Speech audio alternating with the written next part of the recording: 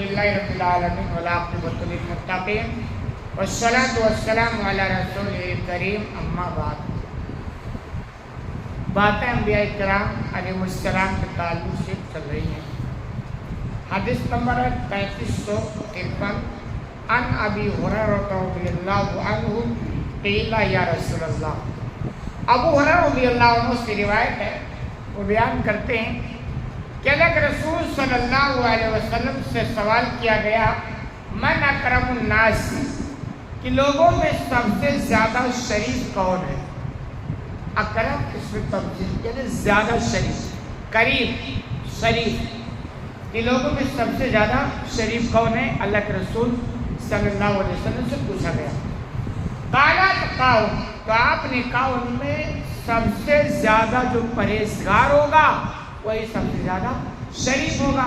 سیدھی سی بات، شریف کا مطلب ہے ہر ایک، مطلب کچھ ایسی چیزیں ہوتی ہے کہ اگر وہ چیز آدمی کے اندر ہے تو ہر ایک کے ہاں وہ شریف مانا جاتا ہے۔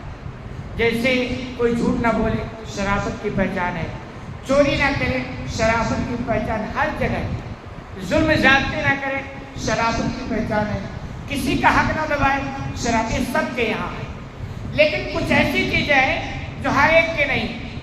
اسلام میں سود نہ کھانا یہ شرافت کی پہچان ہے، اوروں کے یہاں کوئی شرافت کی نہیں، ان کے یہاں سارے کاروبار چلتا ہے۔ تو یہ کہ شریف کس کو کہا جاتا ہے، تو حقیقت یہ کہ جب تک اس کو مذہب کے دائرے میں نہیں تولا جائے گا نا تو اس کی وضاحت نہیں ہو پائے گی کہ شریف ہے کون، کیونکہ ہر ایک کی یہاں پہچان الگ الگ ہے۔ تو اللہ کے رسول نے سیدھا سا جواب دیا کہ تجھ میں سب سے زیادہ جو پرہیزگار ہے وہی سب سے زیادہ شریف ہے۔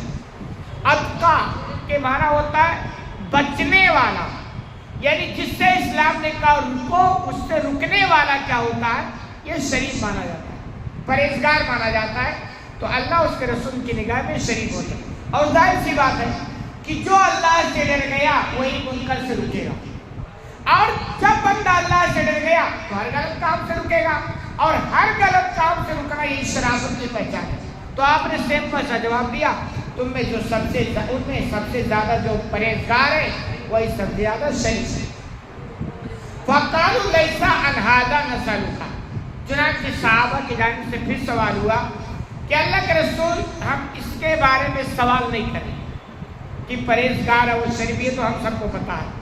قَالَ فَيُوسُفُ نَبِيُّ اللَّهِ ابْنُ نَبِيِّ اللَّهِ ابْنُ خَلِيلِ اللَّهِ، تو اللہ کے رسول نے جواب دیا یوسف جو نبی اللہ ابن خلیل اللہ، یعنی ان کا سلسلہ سب انبیاء سے آتا، جا کر کے ابراہیم علیہ السلام کے خاندان سے بھی جاتے ہیں۔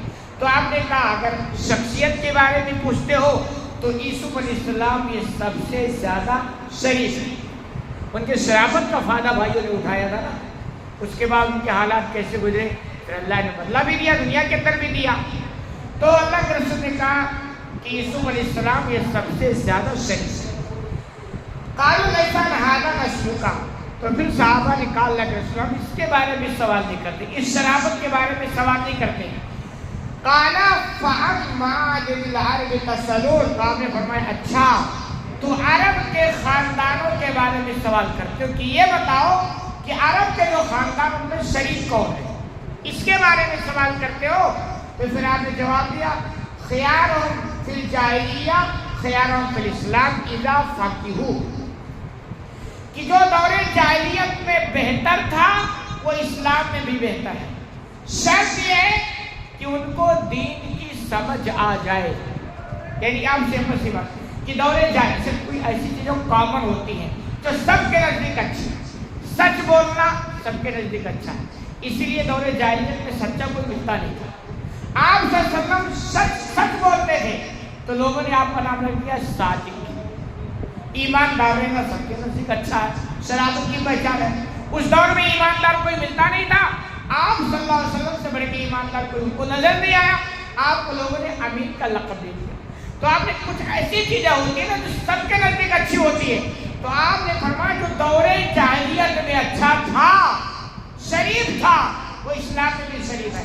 شرط یہ کہ وہ اسلام اس کو سمجھ میں آ جائے، اس کے دائرے میں ہو جائے۔ اور ظاہر سی بات کہ جب ایک بندہ کو اسلام نہیں ملا تب بھی بہتر تھا، تو جب اسلام مل گیا اب اس کی مکمل رہنمائی ہو گئی تو ظاہر سی بات وہ اچھا ہوگا ہی رہے گا نا۔